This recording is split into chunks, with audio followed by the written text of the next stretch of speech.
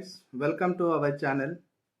ఈరోజు నమస్తే తెలంగాణలో ఒక న్యూస్ అయితే వచ్చింది. అదేంటంటే మెగా డిఎస్సిని ప్రకటించాలని చెప్పేసి హరీష్ రావు గారు అయితే ఒక మీడియా ప్రకటన ద్వారా మాట్లాడిండు. హరీష్ రావు ఏం మాట్లాడిండంటే 2 లక్షల ఉద్యోగాలు డిసెంబర్లోగా భర్తీ చేస్తామని మేనిఫెస్టోలో ప్రకటించి కాంగ్రెస్ ప్రభుత్వం అధికారంలోకి వచ్చింది, కాంగ్రెస్ పార్టీ రేవంత్ రెడ్డి గారు. కాబట్టి ఖచ్చితంగా నిరుద్యోగులకు ఏదైతే హామీ ఇచ్చారో మెగా డిఎస్సి అని, అది ఖచ్చితంగా మెగా డిఎస్సి వేయాలి. 25,000 పోస్టులతోని మెగా డిఎస్సి ఖచ్చితంగా డిసెంబర్ లోపు వేయాలి. లేదంటే నిరుద్యోగులతో క్షమాపణలు చెప్పి, నిరుద్యోగులకి రేవంత్ రెడ్డి క్షమాపణలు చెప్పి ముఖ్యమంత్రి పదవికి రాజీనామా చేయాలని డిమాండ్ చేసినారు.